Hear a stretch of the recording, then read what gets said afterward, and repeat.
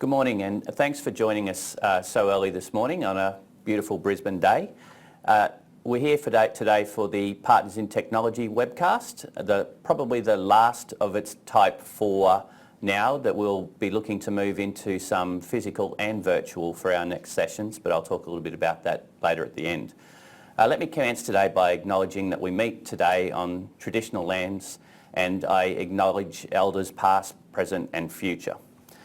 So hello and welcome to the COVID-19 Partners in Technology interactive webinar.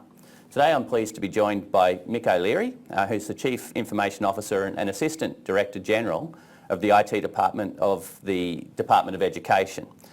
Thanks for co-hosting with me today, Mick. Thanks, Chris. So COVID has created challenges for businesses in every aspect and in ways we couldn't imagine 6 months ago. And it's forced organisations to alter the way they deliver services. The education sector was no different than that. It had to close schools and rapidly move to online learning. Mick's going to share some experiences today about moving students into the online world and during COVID-19 and their approach, how it's impacted on their approach moving forward. And in keeping with our previous formats, later in the webinar, we'll hold a Q&A session, which will be moderated by my colleague Mark. And Mark will guide you through the interactive features before we commence the Q&A later in the broadcast. These fortnightly sessions have been going since March 20, with the purpose being to let you know what's going on in government and to understand how industry, the digital industry, can support Queensland and in turn how we can support you. And there has been quite a number of offers of assistance in here and they've been very valued, and we've taken up a number of those. So far we've had over 50 offers of assistance to support the state's COVID-19. All of these things have been greatly appreciated and many of them have been highly innovative. So that's been a great change for us. And throughout these sessions I've also talked about the way that we're hoping to accelerate engagement with the industry for COVID responses through the new short form ICT contract, which I think you've all sort of had enough of that, but it is available for look on the 4Gov website, which we'll actually put up later on. During the pits I've endeavoured to keep you up to date, not only on our procurements but also to share the priorities of government. And one of the things I wanted to do today was talk a little bit about what's happening. So Queensland Government for a large number of years have had a assurance and investment office that sits inside my division. And its role is to look at how we do the investments in digital within Queensland Government. And currently they're overseeing about 660 million in digital and ICT enabled investments across the government. And I wanted to share with you some recent changes, just to let you know that we have actually gone back into delivery mode in our more business as usual operating. So there's a few things that I'd like to just come up just to give you that indication of the things that are going through.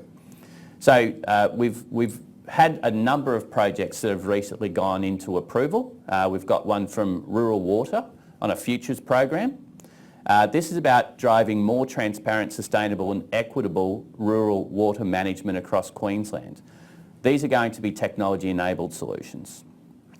From the Legal Aid Office in Queensland, we're having a grants solution that's supporting providing aid to vulnerable people in Queensland. We're looking at, within the fire and emergency services area, automatic fire alarm monitoring and specifically, sustaining a quality community service. It's a really disrupting technology by using aspects of NBN and 5G and really trying to stay compliant with the construction codes. Another one that we have is associated with vaccine management. As we see within the COVID environment, understanding who's had what vaccines and how and where is becoming really important, and the distribution of these vaccines is becoming quite complicated. This solution is going to look at how we can optimise the distribution and management of vaccines across clinics and hospitals in Queensland. There are over 100 projects currently operating within Queensland Government. you can actually see where those projects are inside the digital projects dashboard. And that digital projects dashboard has been in place since 2013, and it shows what Queensland Government is investing in, and it shows how we're actually delivering on those services. I encourage you to go and look at that dashboard often to see the trends that are happening inside Queensland Government investment, and then to see how your products and services can better align to those things. The dashboard is relatively simple to operate. It's a click and drill type model, and it can actually provide you with summaries by agency or by department, but it can also show you information about the types of things that we're investing in. So this is a great tool to actually help align you to our work. And I think this is also a great example of making information publicly available, to be transparent in what we're doing and to understand what is going on in the investment profiles within Queensland. We will continue to focus on renewing digital and bringing out more and more services to citizens and businesses through the digital channel. This transformation is really going to be sped up and really going to be supported by investment and contributions by the vendor partners inside of the digital industry, and we're really looking forward to building up new services in collaboration with you. And with that, I think I might hand across to Mick now to tell you a lot about what happens in education during COVID and how it's actually transformed them. So over to you, Mick. Thank you, Chris. I guess what I'd like to do first of all is start with a bit of a context of the Department of Education. We have around 1,254 school sites, and they stretch from the southern border at Coolangatta right through to just a kilometre off the Papua New Guinea and the coastline. So we've got a big reach. We go right to the west to the Northern Territory border with our schools out there, and down touching the South Australian border in some cases as well. So it's a big footprint to look after, and a lot of schools in very remote locations that we look after as well. So we've got somewhere around about 580,000 students at the moment and around 95,000 staff that we support. So it's a big base to work on. What I thought I'd start off with doing is looking at our journey over the years with Microsoft and how did we get to Microsoft Teams. In 2015 we implemented Office 365 for our schools as our mail platform of choice, and then between then and now we've slowly been adding additional functionality. So we've added OneNote, we've added OneDrive, SharePoint Online and a number of other products. We were looking at Teams, doing a pilot of Teams at the beginning of 2020, and that accelerated for us, and our accelerated rollout looked at us hitting 1,003 schools in a couple of weeks with 92,000 staff, 411,000 students being added into that as well, and creating 104,000 teams, individual teams within the product. It's a pretty interesting model to look at, because what we didn't do is we didn't do what other jurisdictions have done, is just turned them on. We applied some logic behind it. Unfortunately, we didn't get a lot of time to spend with our pilot schools to understand how they were going, how they wanted to work within Teams, but we had enough understanding. So we took a MVP approach and said we'd look at providing a product that would meet the vast majority of their requirements while keeping us in a safe and secure manner, because we've got a duty of care to children and in our care.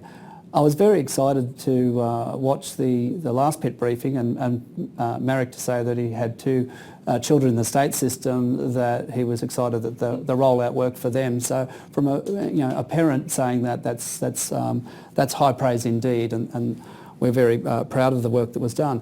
One of the things that we did do is we didn't just turn it on. We gave the teachers a couple of weeks of having access to the Teams as well for the first purpose.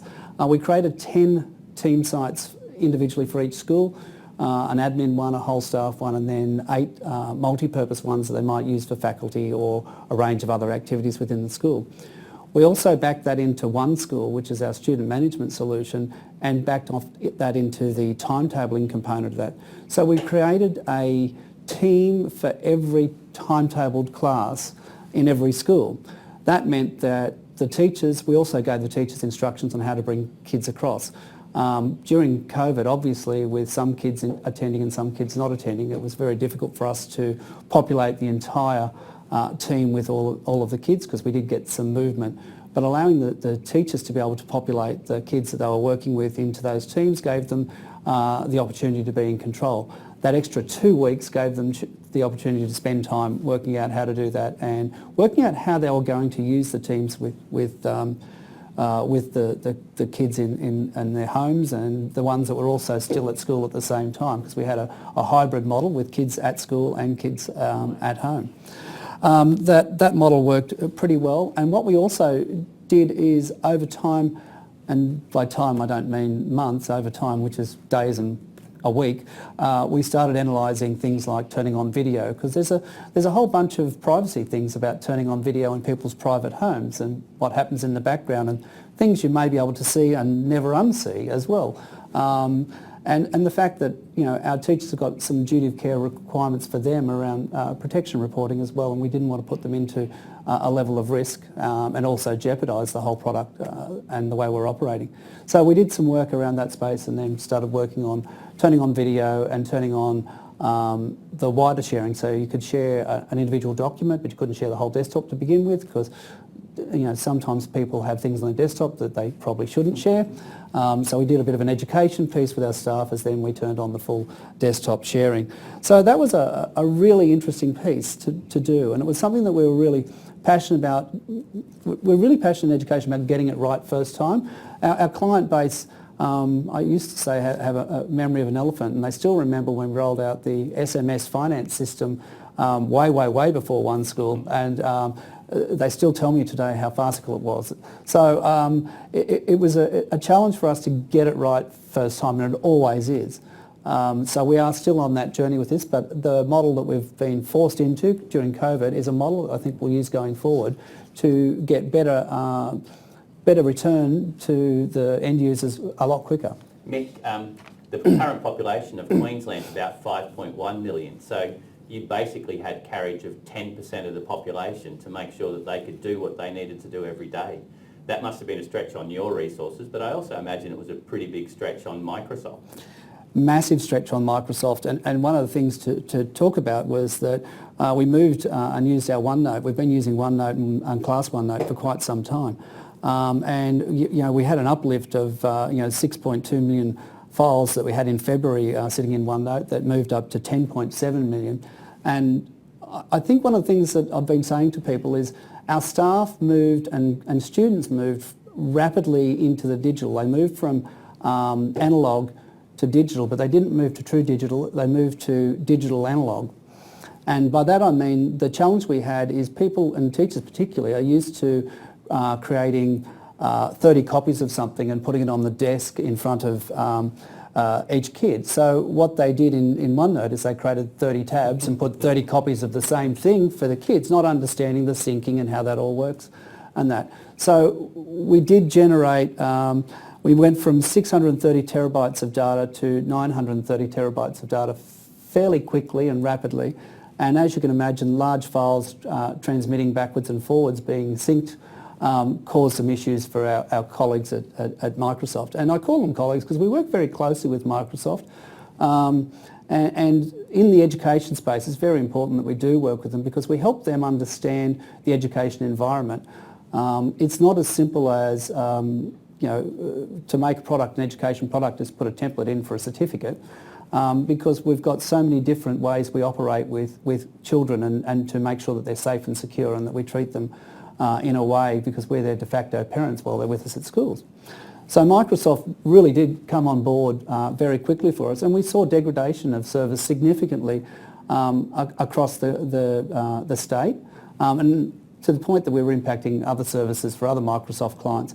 Microsoft responded fairly quickly and they increased our capacity. And so we increased using it, so they increased our capacity and we increased using it. So then they moved us to our own instance where we weren't sharing with anyone else, so we were only affecting ourselves, and then they increased capacity again.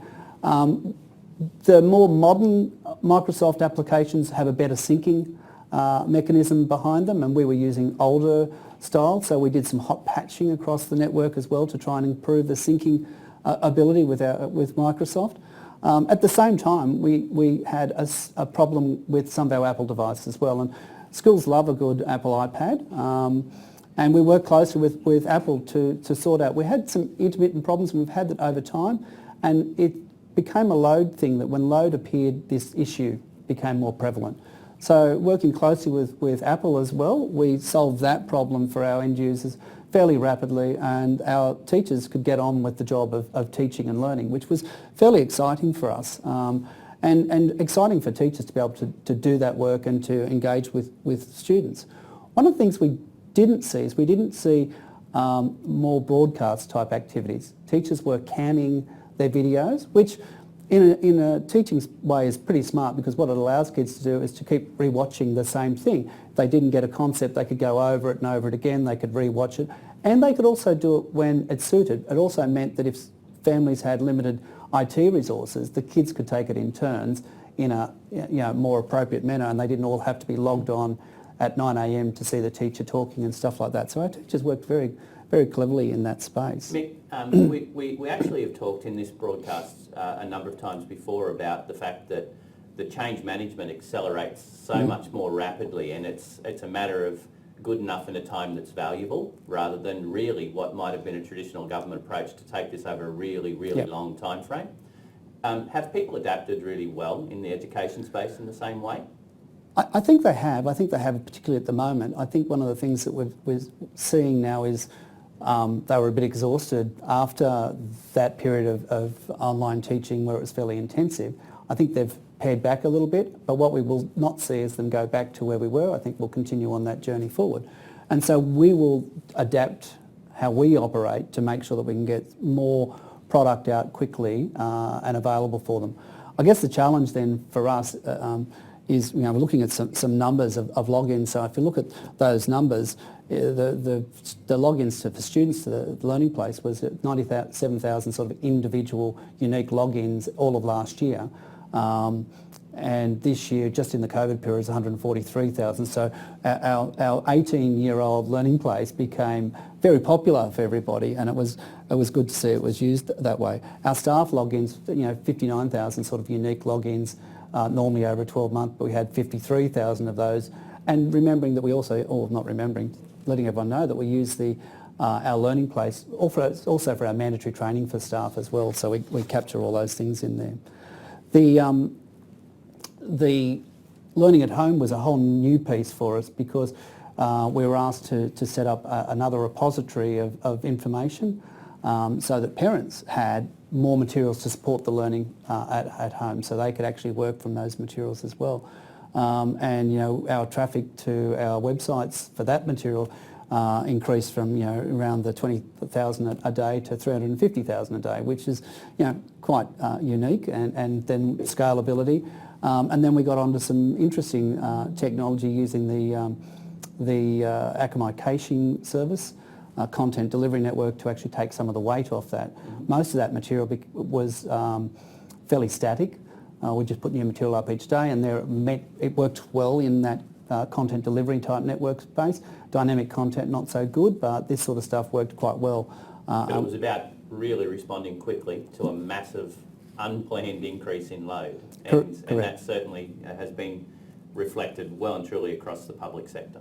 Yeah, and I think these technologies can make it work for us, and understanding them, and we'll do some more work on that, because one of the things that we can do is then look at these technologies to being our burst capability, for want of a better term, when we do see things. And we will always have cyclones, and we will always have those sorts of things in Queensland, and being able to take the weight from other services is certainly a smart way to go, I think.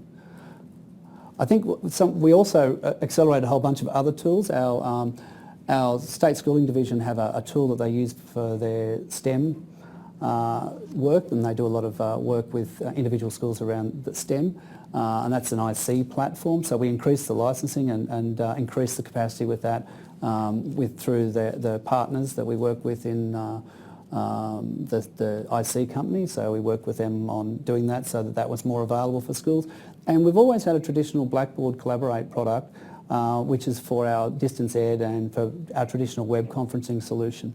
And we accelerated the implementation of their new product, which is a more web-based product. The other one requires a Java plugin, and it takes a while to download, and it's a bit clunky now. And so we accelerated that at the period. And part of our strategy was to spread the load a bit, not have everything hitting Microsoft.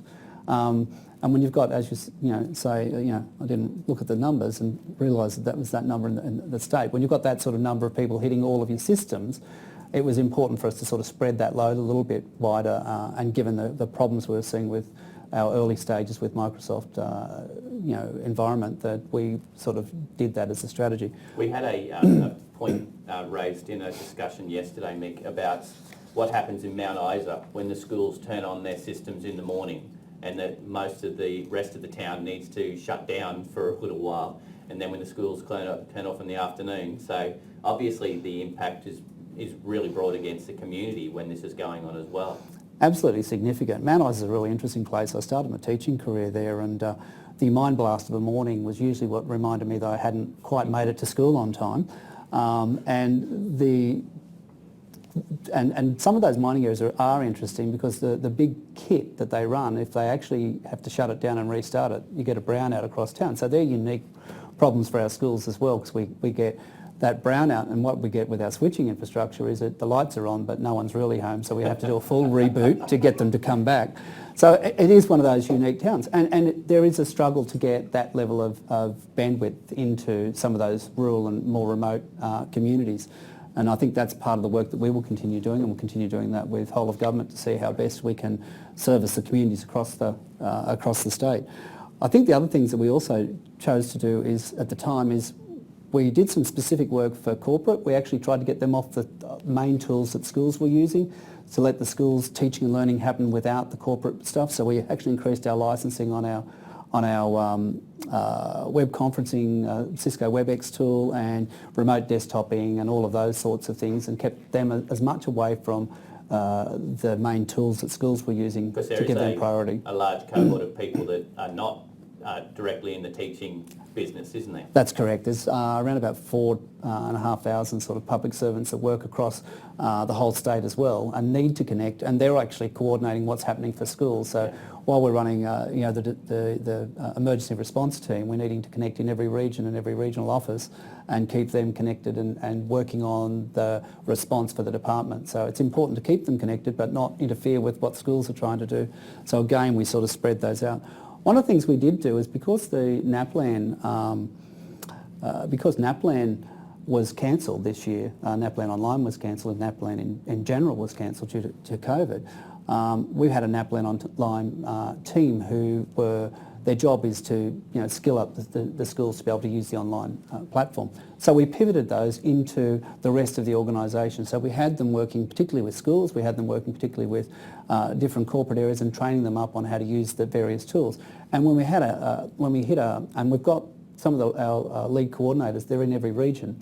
So when we had a hotspot with a school that was really, really struggling, we would send them out as well with our regional staff to look at what was going on the site. We had to upgrade, proactively 104 schools' bandwidth alone because they were flatlining their bandwidth. We did see in a couple of schools, we did an analysis of one particular school where there was one machine in the school was doing 20 gig upload, another machine was doing 15, another was doing 20, and there were a bunch of 10 gig uploads, and that was just in the morning session. So one of the things we did notice, teachers were getting their stuff completed, trying to get it up so then kids could consume it that day, and that was the cycle that was happening. So it was big data. Prior to this, I would have said we could probably get away with asynchronous services in schools. After this, I'm not so sure, because the synchronous service is quite important, and we were actually seeing the same sort of level of traffic going up as we were down, which is really hard on networks. It's very hard on networks and how to manage it. So we also cut over to a bunch of webinars. We cut a whole lot of webinars in upskilling teachers and upskilling people on how to use the tools. We increased those, so we did 145 webinars covering Office 365, Blackboard and digital pedagogy and how that works and how to work with kids in the classroom using those tools. And we just went on and on and on. We added more people into our service centre and we created another 220 additional resources for staff to consume and read and watch and do to support them in that journey. We did it fairly rapidly. And I suppose that aspect of adaptation is something that's now becoming quite ingrained in the way that you're thinking.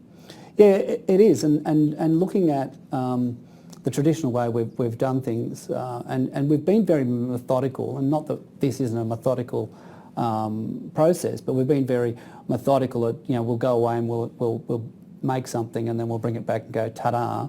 And you and I talked a little bit about that before.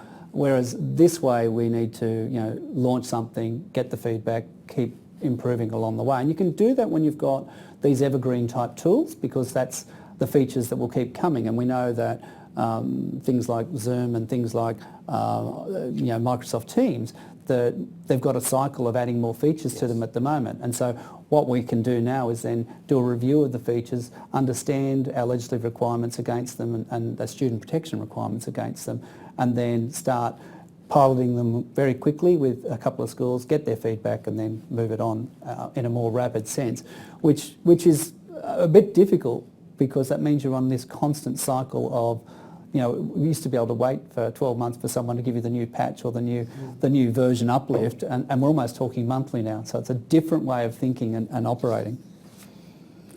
I guess we've done a fair bit of work in that space, and we've consumed a whole bunch of resources. And so what does industry want to know? What are we doing next, and where are we going? Okay. So at the moment we're finalising our ITO for our new learning management solution. We kicked that off a little while ago, and our learning place has served us well for 18 years. It's a bespoke system with a range of other commercial products plugged into it, and we're trying to look for a one-size-fits-all, well, a one-stop shop, for want of a better term, and that allows schools to have some more flexibility across that.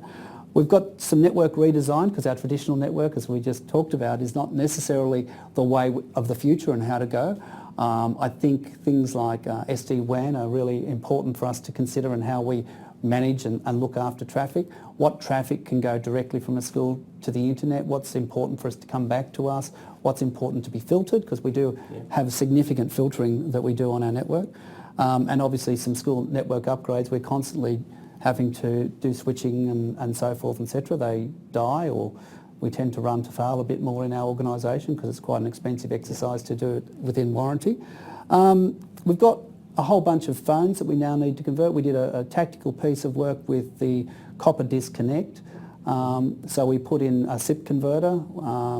That SIP converter was literally a digital phone system, and now we'll go back and license that digital phone system, put the handsets in and cover that off. But we needed very quickly to get ourselves into a position. So we've had some tactical versus strategic that flows on from behind that work, and we're doing that as well. We do need to consider what we're going to do for filtering for the future. What does that look like for us? Our current Blue Coat products that we've got do okay, but the volume that we're talking about for the future, they're not going to cut it, or they're going to be extremely expensive to operate. How does that work for us, and what does that play on? Data Hub is a piece that we're really interested in, because we're wanting to be able to bring external products into the organisation, whether it's a product like Mathletics or whether it's another learning management solution or other tools out there. We want to be able to make sure that the data comes back to us, because it doesn't matter what you do and where you go to do things, but for a teacher, if you haven't got all the information about what the kid has done and their skills and their capabilities from learning, then you've only got part of the picture. And if they've got to go and log into 5 or 6 different systems to get that picture, it makes it very hard for them to be more agile in making choices about kids' learning. So we really want to bring that back to them, and that's really about using a data hub, some standards around identity, standards around connectivity and APIs and that sort of stuff all together. And that's pretty important for us as an organisation, because the last one you talked about data being gold, and the data is the gold for us because, we need to get to the next step with data because we're awash with data and we need that extra data. We've got a little bit of information, but we actually don't have much intelligence. And the key piece is when you've got all that data together and you start applying AI and BI and VI and all of those other I words that go with it, then what you end up with is the ability to be able to make really good choices. Yeah. And the AI piece can help suggesting to teachers the next thing to do for kids' learning and identify those gaps. And I think we have talked in government about our requirement to move away from just reporting on what's been and to start thinking about what insights we're getting things and how do we predict what we need to do next. Yeah, I think the predictive analytics is pretty important for us too because we think there's somewhere around about 10,000 disengaged students out there and being able to predict if a kid disengages and get in before that, and sometimes to stop a kid disengaging, it can just be a personal conversation. It can be a how are you, what's going on, I've noticed some things are changing in your marks or in your attendance or in those sorts of things. And someone caring can make the difference for some kids in turning their life around and staying engaged and connected. And I think that's really important for us because we really want to keep kids engaged. We really want people to come out of education with skills and capabilities that are relevant for the future. Then they become productive citizens. So it's a fabulous, I'm so privileged to be in the work that I do because, we make a difference and that's what I really do love. And I also expect that, a lot of our audience have children in the system as it stands right now as well. And I'm sure each and every one of these vendors would like to participate and contribute to making sure that the education system brings out the best next generation of Queenslanders that we can. Absolutely, and we're really keen to work with our vendor partners, but we're also keen to work with people who've got great ideas and to pass them along to us. And we're happy to look at whether we can pilot things and test things and work through those because sometimes we get a bit siloed too and we get caught up with the busyness and they say busy is the new black and we don't look outside of that. So I'm happy to be challenged by vendors to say, look, we've got some things that we think can help you. So I think that's a great way of working, and there's many vendors that spend time in my office and with me on the whiteboard. I love a good whiteboard, by the way. Very good. So I think that's probably us. I think the other thing, we've got to look at anything that we can do as a managed service that makes sense. Where I can, where my people need to add value is that piece about understanding the business and understanding what they need to do and being able to translate that into technology speak.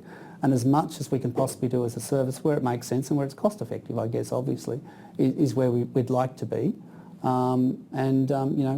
Just the usual plug that I always put in, it's for the kids and we're really poor in education. That's right. And thank you very much for that. It's always good to get the value proposition with the marketplace as well. We had thanks very much, Mick. That was really informative. We've had a strong theme coming through around adaptation and government at the moment is actually doing quite a lot of work on how we can actually move towards economic recovery and adaptation actually forms part of that. And the government has recently announced some more grants in this space. So I did want to bring to everybody's attention that there are some small business adaptation grants that have opened for application today. You can actually go and look for these things because it may be very applicable to many of the businesses in the digital space. You can go and look at this at the Business Queensland site, which is www.business.qld.gov.au, and then navigate your way through to look for grants, starting a business, advice and support and grants. There's a specific one on adaptation. This is not the first time this grant's been put out, but what we've seen in the past is it's very, very rapidly subscribed to, and it is a fixed fund. So people that are listening today, I urge you to go and do this really quickly. Often this fund is oversubscribed in days and weeks. So please have a look at that site and see whether it might be applicable to you. Queensland Government's very, very focused on making sure that we can come out of the other side of COVID-19 with a strengthening economy, the ways to create new jobs and the ways to make sure that our small and medium-sized businesses can weather this storm. So please go and have a look at that. So what I might do now is hand over to Mark Sidney for just a few questions that have come through from the listeners today. And there have been a couple actually. Thanks, Mick. I can also testify to watching the Department of Education rapidly change in the COVID situation. My son goes to one primary school, so it was really quite remarkable to see how quickly things were changing and improving on a daily basis. And I have to say, look, and I probably need to acknowledge that a bit more often, is I'm very proud of the work my people have done, because, you know, we don't promote ourselves a lot, we just get in and do the job. But they really did step up and they've done a fabulous job, and I'm very proud of the work that the IT branch in the Department of Education has done. Yeah. Okay, well, one of the first questions that's come through, and for those that are interested in those grants, we'll actually supply the direct links to those grants in the follow-up email that we do after each session. So if you can't find it, you can either reach out to the email address or wait for that broadcast to come through. I will just say that the Business Queensland site is where we put all of the copies of the PIT webinars as well. So hopefully you've been to that website before. So Mick, you mentioned a couple of times around the connectivity challenges that the schools have had. What sort of access do the schools generally have to the collaborative tools? Is it determined by ratio, by teacher, by availability, or how does that work? So the tools are universally available across the network. So one of the things that we do is we and this is why we've taken a lot of time to do things in the past, is to make sure we get the right tools that will work in our environment. So while we've got schools on satellite, we've got schools on 3G, we've still got a couple on ADSL, which are more environmental ed centres as such. We've got schools on fibre, we've got schools on NBN fibre, NBN wireless and so forth, etc. across. So we've got a bit of everything and some older technologies there as well. So we do test to make sure that the tools can work, and then we'll make recommendations about maybe not using something like video if you're on those lower end. Now, distance eds in particular have a struggle because they deal with a lot of people in very rural and remote locations, and they deal with mums and dads and kids on properties who are on the NBN satellite service through SkyMesh, and so they're sort of hooked into those sort of services as well. So we spend a lot of time trying to make sure the tools are light on the pipe, as Dave O'Hagan used to say, the previous CIO, to make sure that those people can get a service one way or the other.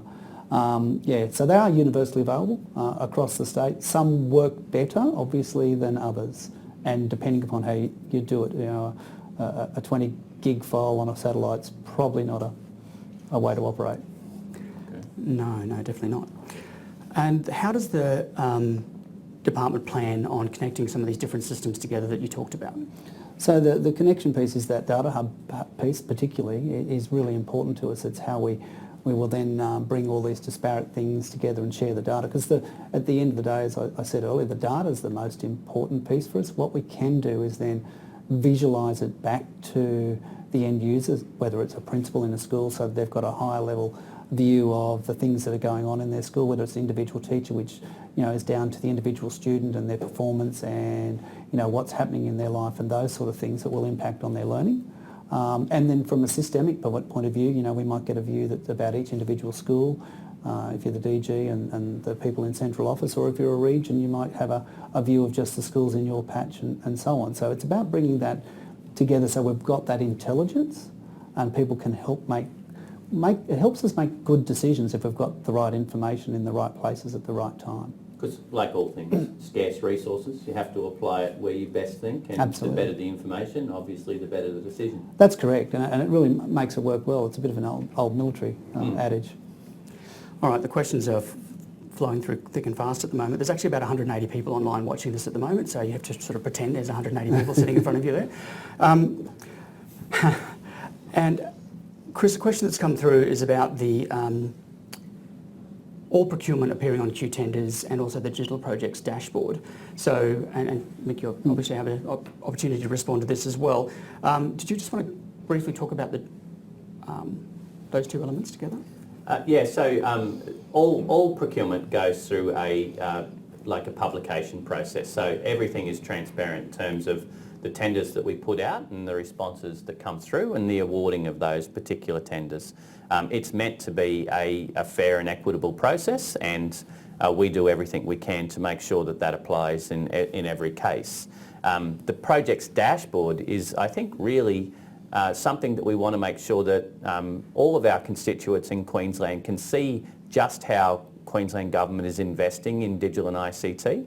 There have been aspects of our past which have really led us to want to be very transparent in that and make sure that we have got controls on how we are actually delivering in ICT. So the aspect of that is that we want to make sure that we continue to make the right investments and deliver on those investments in the right way. So we will absolutely continue to that approach, but what we will do out of this place is, again, we've seen the value of adaptation. So we've got things like the short form contract for COVID response.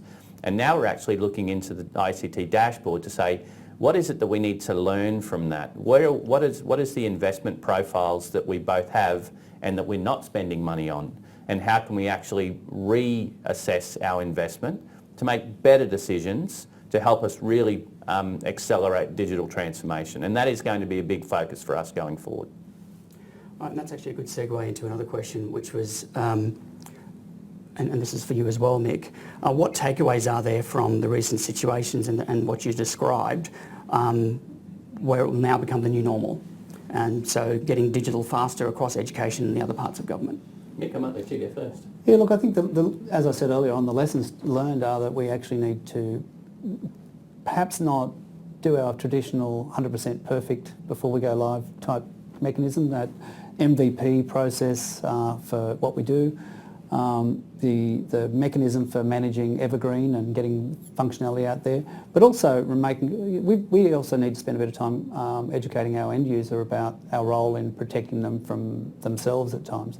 One of the problems we do have is if we open up, say, the Department of Education's domain for Teams, for instance, and allow people externally just to get in that aren't known, then we can have, unintended consequences that, while it might allow connectivity to overseas and other people for education purposes, but it may actually allow undesirables into groomed students and children and stuff like that, and that's the things that we don't want. So we've got to be able to manage that in the right way, and so building processes that allow us to look at trusted domains for that instance. So, it may be that we cut a deal with New South Wales Department of Education and we whitelist them in that domain so that our people can connect, or whatever else. The challenge we have in the education space is, particularly overseas, is they don't use an EDU domain, and if we could whitelist with EDU domains, we're fairly comfortable and fairly safe with what that works like.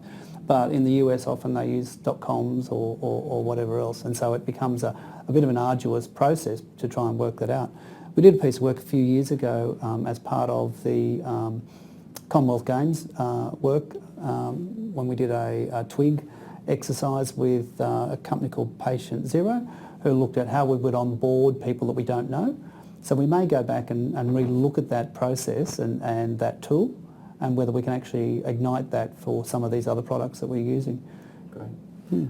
And I think just from my space, I think we'll have a tendency towards smaller, less monolithic systems that are more in that evergreen space, and that we will be looking at how we actually join up our solutions, not through systems type integration, but more through that information and decision space. So how do we get the right information to the right audience at the right time with the right level of quality and also the right level of security?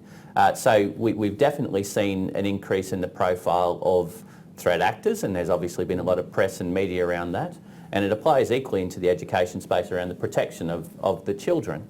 So we will have some change in focus on how we actually manage the security and privacy of our environments, how we actually modernise and make more of our services available online all the time. We've seen that there's a need, and obviously there is a possibility that these events can recur. So if we learn from this experience and we're prepared for the next one, our transitions will be much more ordered than they've been able to be, because this is the first time we've experienced an event of this magnitude. But luckily in our spaces, we're now prepared that if it happens again, we are better able to respond. Thanks, Mike. Thanks, Mick and Chris. Mick, you actually mentioned the word ignite. Queensland Government also has an ignite fund which is about innovation as well. So that's also open today, and that's on the Business Queensland website, so please have a look at that. Another question that came through was about the, you mentioned all the digital material that the teachers are creating. How is the department looking at managing that for like a digital library? Is there a... We actually do have a product that we use at the moment, and that's normally through a more official type process, that we actually have a content library system. It's called Aquila, and it's particularly designed to hold objects and to be able to serve them up, and that's all it does. It sits in the background. It's not really a front-facing application or whatever else. What we're talking about here, Bud, is content that's ending in a whole range of different systems and embedded in OneNotes and those sort of things. So I don't think there is a technical solution for that. There is an education solution for our people about managing their content and actually putting their content, say, in the content library and linking it into their OneNote as opposed to embedding it in their OneNote. So that's work that we've got to do. And as I said, we moved from analogue to digital analogue, but we now need to move to full analogue, and it's those practices that will come into play around those sorts of things. Teachers make material for a purpose at a time. Sometimes it's reusable, and sometimes it's just targeted at those kids, and they're the best ones to determine whether it's a high QA'd object that should be shared and used with others. Okay, there's just a couple more questions, and I know we're getting close to the end of time. The question is probably for both of you. What sort of impacts do you see on ICT budgets as a result of COVID? Mick, I think I'll let you go first. Well, at this point in time, as government said, that we haven't got a budget as yet, so we're operating within an understanding of what that looks like. We need to be smarter with our money, is just what it comes down to. We need to work together where we've got common ground and see if we can get better value for those types of services and that. I'm certainly supportive of the whole of government panels and arrangements and that, because that is about getting the best deal we can for all of government. I guess, the IT industry needs to know we'll go hard and we'll try and get the best price from them every time now, because we will be working in a fiscally responsible way.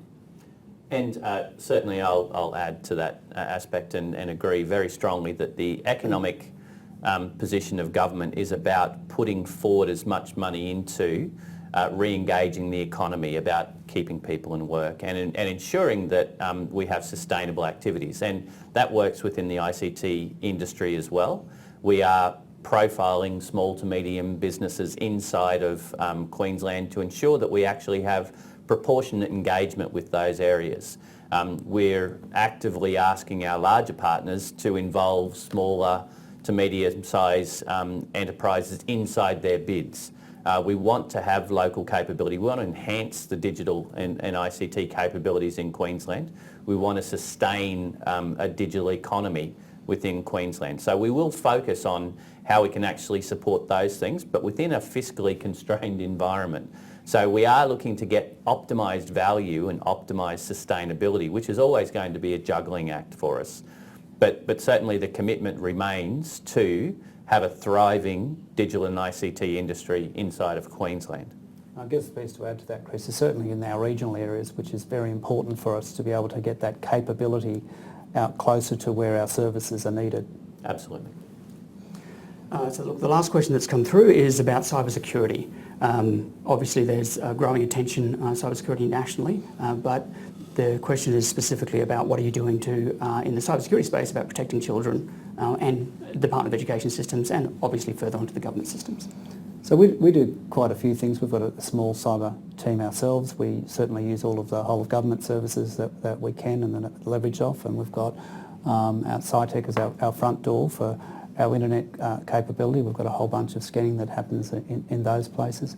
We've got a managed service as well for some of those things. We've got a managed service for our endpoint protection as well. We are looking at re-looking at a managed service for SOC coming up this year. We want to be in a better position for that. And we'll certainly take advice from Rob Champion and the guys from the cyber team around how to go about that and get that right. We're working certainly on our IS 18 compliance as per usual, and working on how we can meet those requirements. One of the challenges we have is with the Essential 8. It's pretty hard for us to whitelist applications, particularly in schools, because teachers find multiple applications that do certain things, and we have to give them, we've got to not get in the way of them doing their business. Their business is to teach kids and to get, but we've got to protect them from themselves at the same time as, and it's a challenge for us to get that right balance. Our security guys, most security guys are a little bit black and white and got a bag full of no's, and we've got to be able to manage their bag full of no's with the no, but this is a better way of doing it, or this is a safer way of doing it. And that's the education campaign that we are working on at the moment across the business, to make sure that we can help people achieve what they're trying to achieve, but in a safer and secure way. We have the extra piece about the cyber safety stuff as well, because we do have a number of people out there that want to get to students and whatever else, or the bullying that goes on and all of those things. So we've got a small team that react to, that are reactive and proactive, I should say. They run a whole bunch of webinars around, how to manage the online presence for kids. So they do a lot of material for kids, and they do a lot of material for schools and parents. But they also have very good relationships with the likes of Facebook, Instagram and those major companies, and are able to get most things down, and they understand the policies of the company, and so we work closely with the companies when it breaches their policy to get things down fairly rapidly, because these adverse comments and that can appear on social media can be really damaging to a young person and can affect their young person's life. So we really are very mindful about that, particularly after things like Dolly Everett and those sorts of things. So we're very, very mindful, and we're very on top of that. We run a 24-hour service to be able to contact from our schools to deal with those sorts of things. Thanks. And again, I might add, from a whole of government perspective, many of you may have seen the greater than $1.3 billion cyber announcement that was made by the federal government. What we're doing within Queensland is making sure that that our businesses, our citizens, our government agencies at the local and state level get access to all the benefits associated with that investment. And we're working very closely with the Queensland Government Chief Information Security Office to make sure that we are linked into the Australian Cyber Security Centre and the Australian Signals Directorate to get into that space. But on a local level, at a state level, we've invested heavily in the Government Chief Information Security Office, and we're also working in collaboration with some local partners to extend our or elevate our presence at the moment, especially in light of what has been announced as a state actors attack on government resources. So we're very focused on cyber, we're very focused on maintaining the social licence that we have with citizens and businesses about the information they provide to us. So it will always be a high priority for us, and our investment profile is really being examined very closely. Our standards around security, like Mick said with the IS 18 process, how do we constantly evolve that to be at least at pace with the changing environment of cyber attacks across government? And that's probably for me. All right, well, thank you, Chris and Mick. That wraps up the questions. Is there any other closing statements you'd like to make, Chris? No, I'd just like to thank Mick again for coming today, and thank everybody for coming along. We are actually changing the schedule of our Partners in Technology webinars. We will still maintain an online component of it. We are looking at how we can reintroduce some of the physical aspects, because we have taken feedback that there are parts of the audience that would really like to be face-to-face in this space. So thank you everyone for your participation today. Please go and make use of those couple of grant links that we will send to you. Also, please continue to send through your offers. And as you've seen from the education space today, government is in the business of seeing how to do things differently as a result of COVID-19. We want to continue in that space. So thank you for today. Goodbye.